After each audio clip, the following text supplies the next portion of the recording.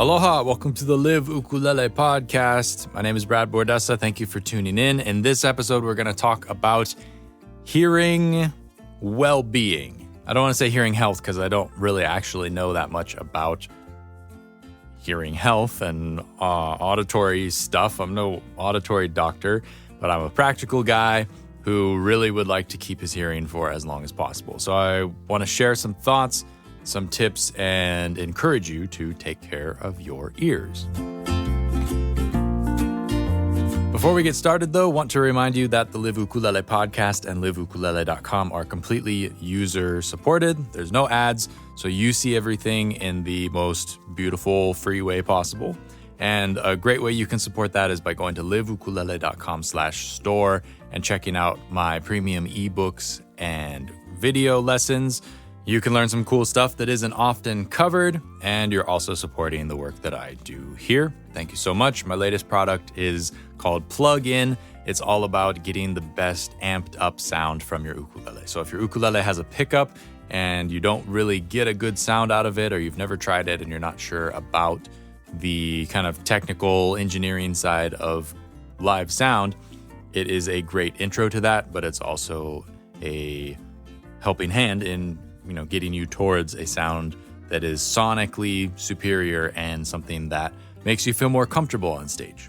Because I've talked a lot about getting a good sound, but getting a good sound is really critical to actually feeling like you can express yourself well on stage. And if you're thinking the whole time, it sounds bad, it's going to be hard to give your best performance. So it's called Plug-In. It's an ebook along with some video content. Check it out, liveukulele.com/store.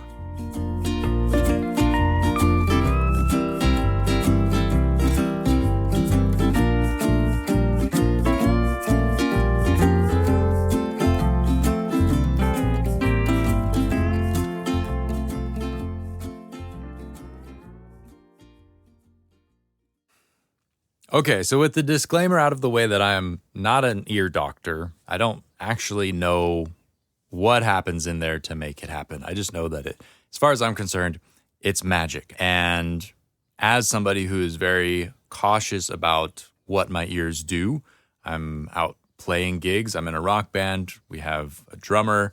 We're playing with PA systems and loud monitors and things like that.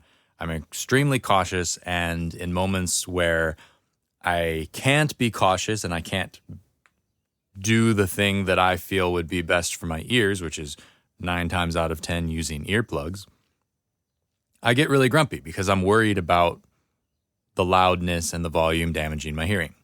So this mostly applies to folks who are playing ukulele out and about, performing through PA systems, because it's the electronics, unless you're playing with a drummer, it's the electronics that are really going to create the decibel levels that can damage your hearing. All right, so long story short, being exposed to high decibel levels for long periods of time will damage your hearing. And it does that by burning off the hairs in your ears. They're little tiny microscopic hairs in your ears that kind of blow back and forth with sound waves. And that is kind of how we hear. And if you burn them up by listening to things that are too loud, standing in front of a jet engine or whatever it might be, they will go away and they do not grow back. So hearing loss is a kind of a one-way street. So it's really important that, certainly start doing as much as you can once you realize this stuff doesn't come back. If you're a young person, be cautious right off the get-go. So the bottom line is you want to try and reduce the volume levels that you are exposed to. And really, I think what this podcast is going to end up being is it's like a practical example and guide of how you can implement precautionary measures for different situations. Okay? And so the first thing to know is what is that loud to be problematic? And organically, acoustically, unless you're spending all of your time practicing with your ear up against the ukulele sound hole and playing as loud as you can, the ukulele itself is probably not going to create any kind of hearing loss. Unless you're trapped in an itty-bitty room with a ton of people who are playing super loud as they can with picks and just strumming as hard as they can, probably not going to be a problem. Other instruments, though, are often created to be louder. Like orchestra instruments were originally created to be loud. You go to see an orchestra, they're not usually mic'd up. Their acoustic sound carries throughout the performance venue. So things like brass and drums, of course, but then also things like the violin can be quite loud.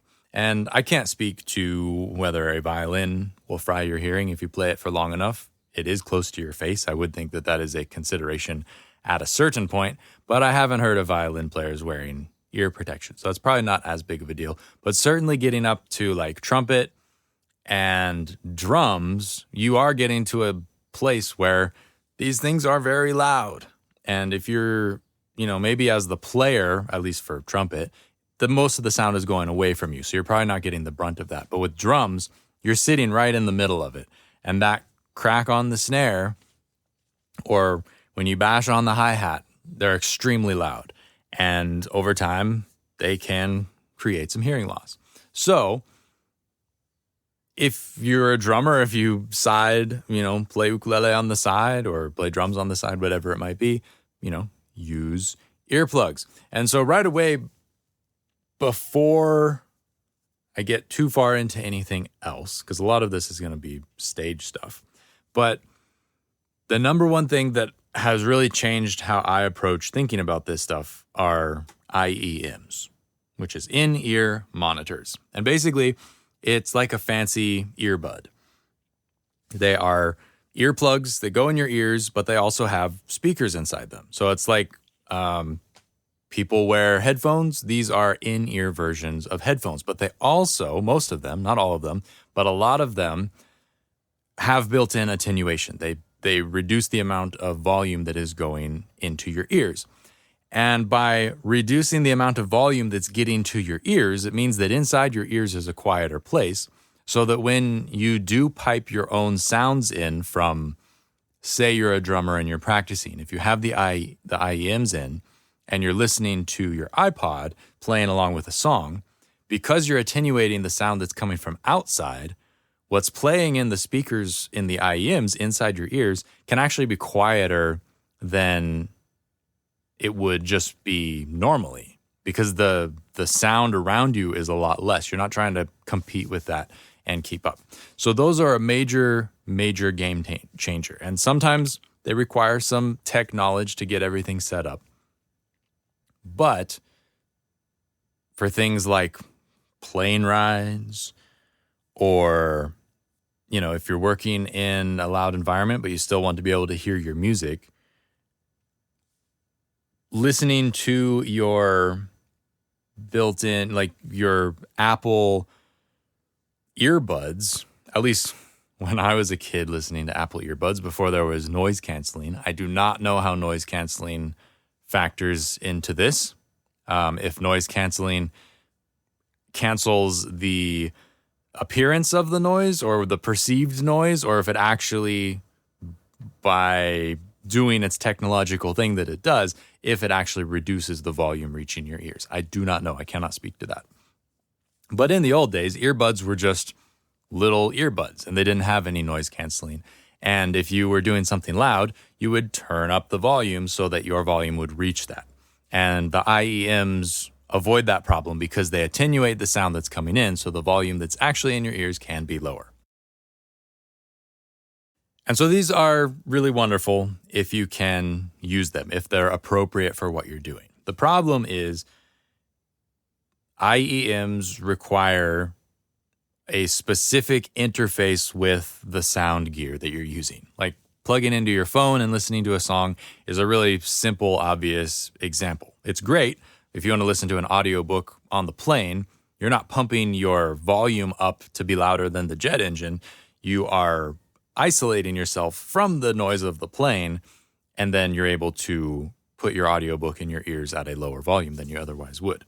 But they're hard to plug in. Like, you don't go to an open mic at a random coffee shop and say, hey, I brought my IEMs. I want to plug these into your system, because nobody is equipped to do that. That is not something that is a realistic expectation for you as the musician.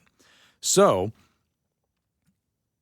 if you're not running your own rig where you can have a rack with wireless transmitters that will get you a belt pack that will send you a monitor mix to your IEMs, which is what we run in Kingside, our rock band, so that whenever we're playing shows, practice, we are running through our own rig, and each of us has a belt pack, and each of us plugs our set of IEMs into the belt pack.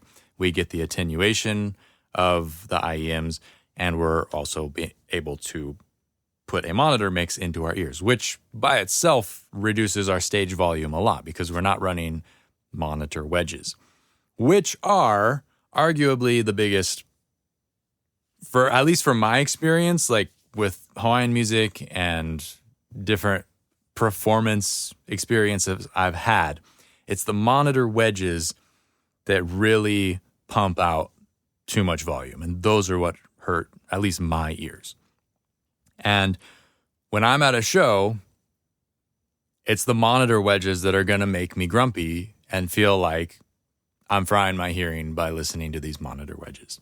And so in a situation like that, you've got to wear earplugs. So if you can't run the IEMs and you're playing, like for instance, we take the band to a venue that already has a PA, or we're playing at a festival or something. We need to get on stage quickly, perform, and then get out. There's not enough time to patch in our system. That would just take too long. So we roll up and we plug into their stuff, and we let the venue sound guy or the festival sound guy run our sound, and he's going to give us monitor mixes through the wedges. It's not going to sound as good as what we do, because it's, there's a lot of other noise happening on stage, and it's also not the mix that we have worked over time to improve and create these 4 separate monitor mixes, so each of us guys can hear exactly what we want to hear to give our best performance. You don't get that luxury. But because of the monitor wedges, with the drummer in the back, you're basically matching the volume of the drummer. So the monitor wedges are coming up to a volume that is equal to the drums, or louder than the drums, so you can hear above the drums easily. That's really loud. So for gigs like that, at least Alan and I always wear earplugs. Just, that's what we do. You wear earplugs. And you can get custom-made earplugs that will fit your ears better, fit your ears so that the isolation is more complete, but also those custom earplugs are also usually created with filters that are made for music, and they attenuate fairly flat, so that what you're hearing is not just a muffled mess coming through like a set of yellow construction earplugs. Like if you try and just use 3M construction earplugs, they block a ton of sound, right? You could stick your head right next to an engine and it would probably not be that big of a deal, but you're not hearing a lot of the high end or the mid content that you need to hear to parse music clearly and to understand what's going on. There's not that clarity.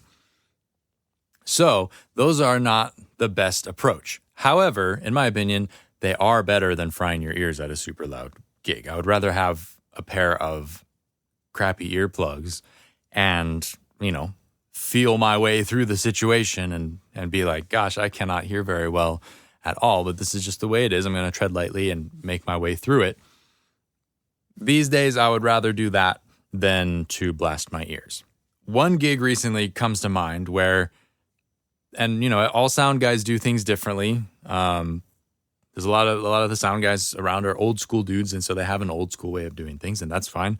That's what they do. But we set up with the drums in the back and us 3 guys across the front, bass, guitar, ukulele across the front. And the monitors were not floor wedges. They were side fill wedges. And the side fill wedge that I was standing next to was 18 inches from the side of my head. So I was right in the blast zone, and I would have really, really done some major damage to my ears, I feel like, for that gig, because that's just ridiculous to be that close to a side fill monitor. Granted, the monitor probably doesn't need to be as loud because it's closer, but also that monitor has to reach Ryan in the middle because Ryan doesn't have a floor wedge. So the volume is coming past me to Ryan in the center.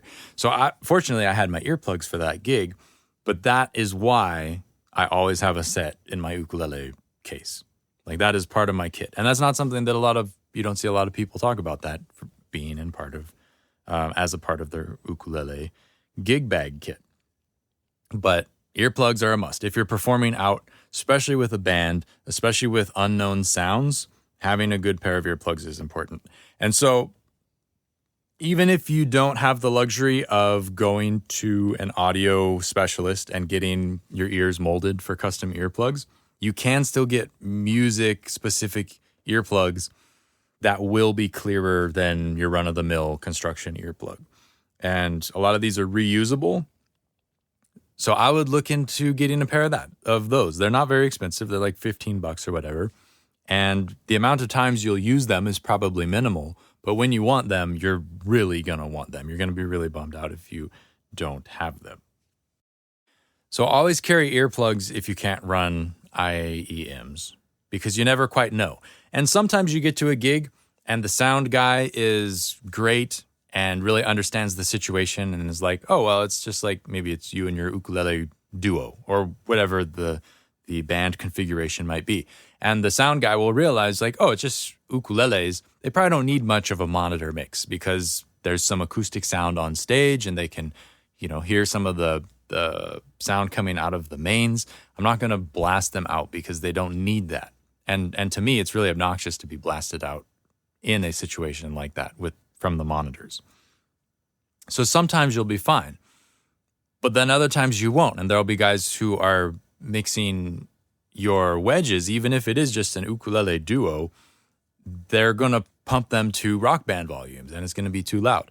I absolutely adore the guys that I play with at Uncle George's workshop for the Slack Key Show, but, a lot of them are uncles. A lot of them have maybe not been quite as careful as I am with their ears over the years. And so they are a little bit deaf, That's just part of the era that they grew up in. Maybe there wasn't the awareness of that. But when you get up on stage with these guys, they're like, I can't hear myself, turn up the monitors. And it's screaming loud up there, just playing Hawaiian music with some guitars and ukuleles. And to me, like, that's so overkill. It's like, it's not a rock concert. We should be able to just get a little bit of reinforcement so that I can hear the guys who are not sitting next to me, right? If it's 5 guys in a row and I'm sitting in the middle, I can hear the 2 guys next to me. I just need to hear whoever is on the wings, on the far edges, just blend them in a little bit. But it becomes this thing where the entire landscape of the acoustics changes, and it changes from being actually acoustic coming out of the instrument to all of the sound coming from the monitors. And as soon as you make that switch, then everything becomes a lot louder because then it's just a balancing act of, well, now Uncle Ed's too loud and Uncle George is too loud and I can't hear my ukuleles. Can I have some more ukulele? I'm the guy at the gig who asks for certain people to be turned down. Like, I can hear that guy fine. Turn him down a little bit. He's too loud. And so I'm sure that's, annoying for folks to deal with, but like, I don't want it to be louder. I don't want it to be louder. I want it to be less loud. I want the balance to be better so that everybody can hear at a lower volume. So it's a challenge. It's tricky because it's dynamic. And a lot of times you don't have as much time as you would like to set up for these kind of gigs. You don't get the kind of attention. And if you're playing in a group, like at the Slack Key Show, we have sound check, but it's not necessarily all 5 people up there at once. It's like, can you hear yourself playing solo? Like, yeah, it's great. Solo, I can hear myself nice and clear. It's not too loud. But as soon as you have 5 people up there, there's that much more traffic on the road that you have to deal with. So it's really tricky. And there are some situations where it is what it is. You're not, like for the Slack Key Show, like that's one where I'm not going to bring earplugs to that because that's really going to hamper my ability to hear. And it's not that loud that I'm worried about long-term damage, but it's uncomfortable sometimes. And so you kind of have to just be prepared. And that's a good reason to have your earplugs in your pocket so that you can pull them out and put them in if it becomes a problem. Otherwise, it might be okay. So when in doubt, try and run your monitors quieter is one. But there's also, and this probably kind of shows the school of thought that I come from. Like, I come from the no monitors school. Like, the mains are what you get because we have a small PA, a simple PA, and adding the monitors would create a whole nother step, a whole nother piece of gear, a whole nother thing that we don't want to have to set up. So you just run the mains, and that's great. And at a certain point, if that's all you know, because you're just hanging out with people who that's how they roll, then you just get used to it. You learn to hear what's happening. You hear what's coming out of the mains from the environment around. So you're not hearing the direct sound from the mains because you're behind them and they're pointing out away from you. So you're hearing the sound coming back and bouncing back around the environment. If you're in a room, it's really obvious, the sound is reverberating back to you. But like if you're outside or something, you're not hearing as much of that as obviously. It might be bouncing off a tree or off of a tent if you're at a farmer's market or something. But running without monitors makes a lot of guys really uncomfortable because they're not used to not hearing themselves as well.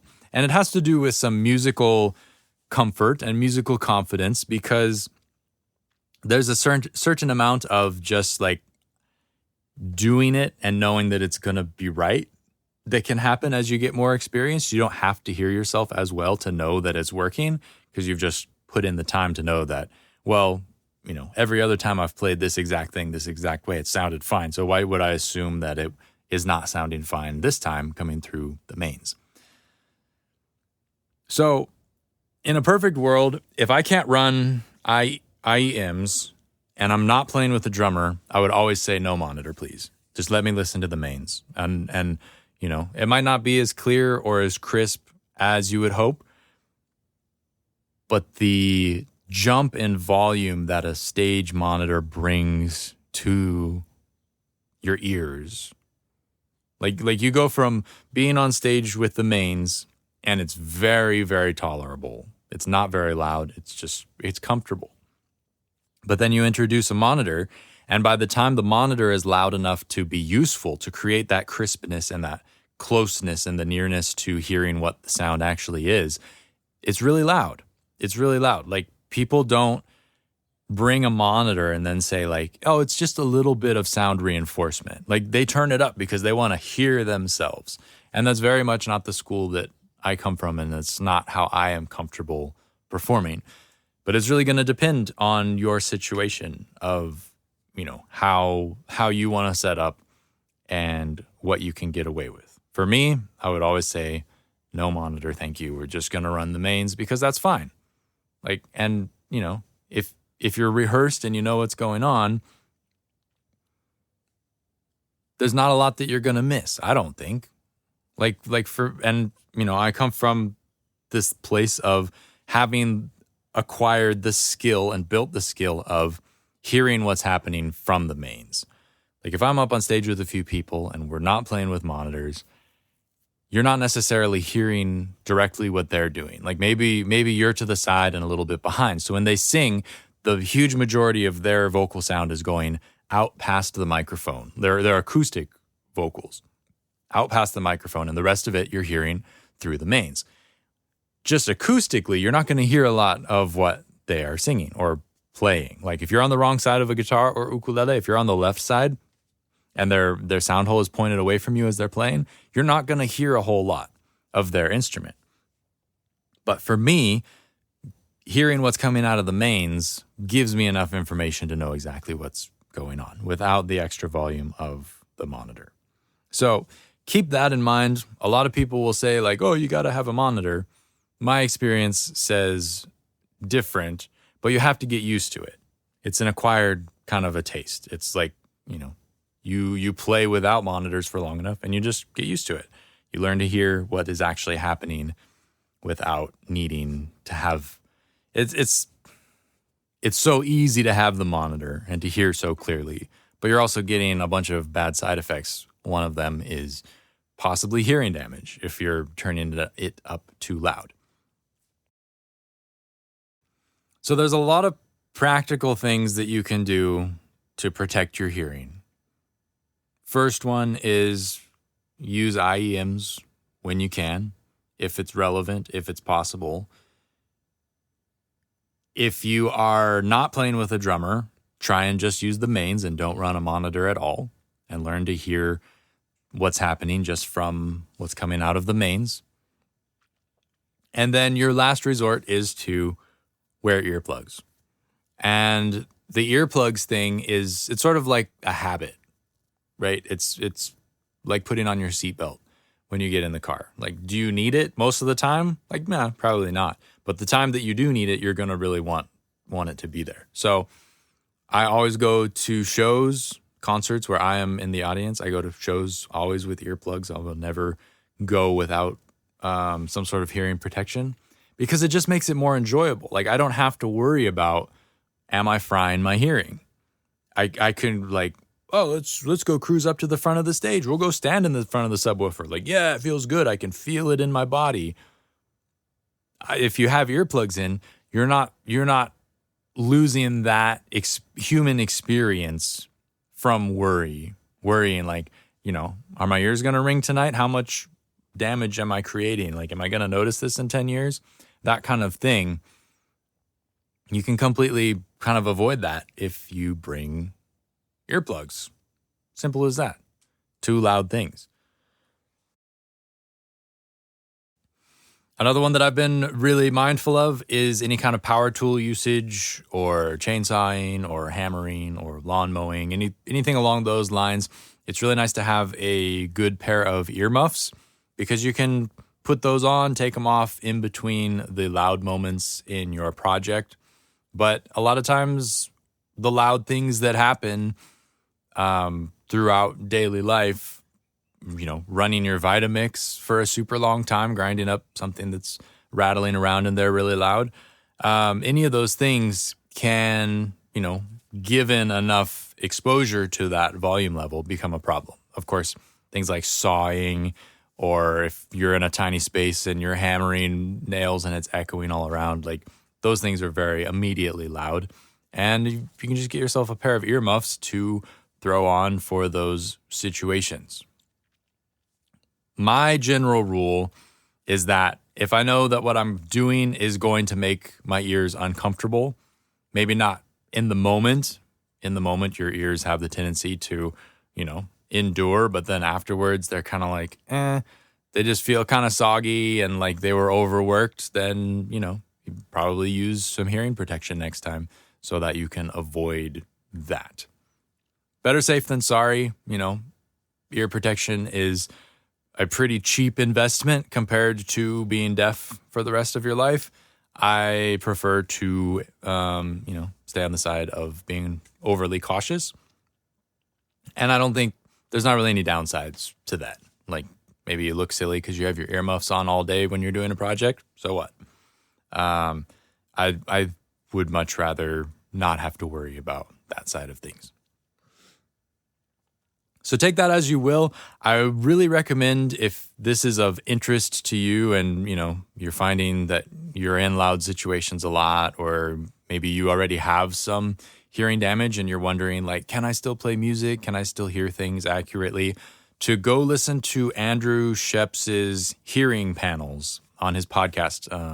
The podcast is called Andrew Talks to Awesome People, and it's the hearing panel episode is really interesting because he talks to, well, he's an amazing mixer. He's mixed stuff for the Chili Peppers and Hozier, and really great mix engineer. He talks to Chad Blake, who has done a whole other set of awesome albums, Black Keys, lots of rock stuff. And then he also had on a couple of women who are ear health specialists. Like, they actually know how ears work. They know what the damage is caused by and different things. And it's very much, an awareness piece so that folks are aware of the challenges and the damage that can be done. But also it's kind of a reality check of people in this industry often get hearing damage. It's not the end of the world. You learn to work around it, and your brain can do some amazing adjustment. But, when possible, take care of your ears to the best extent that you can.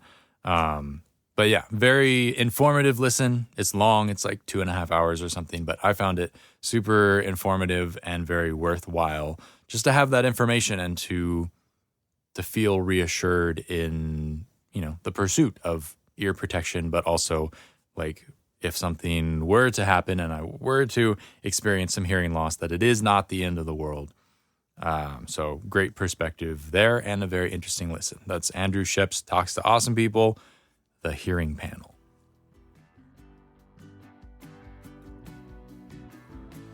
Okay, I'm going to call it there. I don't think there's a whole lot more to share. Bottom line is just be mindful, take care of your hearing, don't do anything radically stupid, and pay attention to everyday life where you're doing things. If you're driving down the highway at 75 with the windows down, going wub, wub, wub, wub, wub on your ears, that's probably not so good. If you're listening to headphones super loud, that's probably not so good. There's a lot of bad things that you might be pushing the envelope a little bit. Check in with yourself and, ask yourself the hard questions. So, yeah, with that said, I'm going to head out of here. Thanks for tuning in. The Live Ukulele podcast is published the first and third Saturdays of every month. And if you want to support what I do, be sure to subscribe to the podcast, sign up for my newsletter, and go check out liveukulele.com/store to directly support and get yourself some awesome lessons, ebooks to inform your playing and help you reach the next level. My name is Brad Bordessa. You're tuned in to the Live Ukulele podcast. Ahui ho.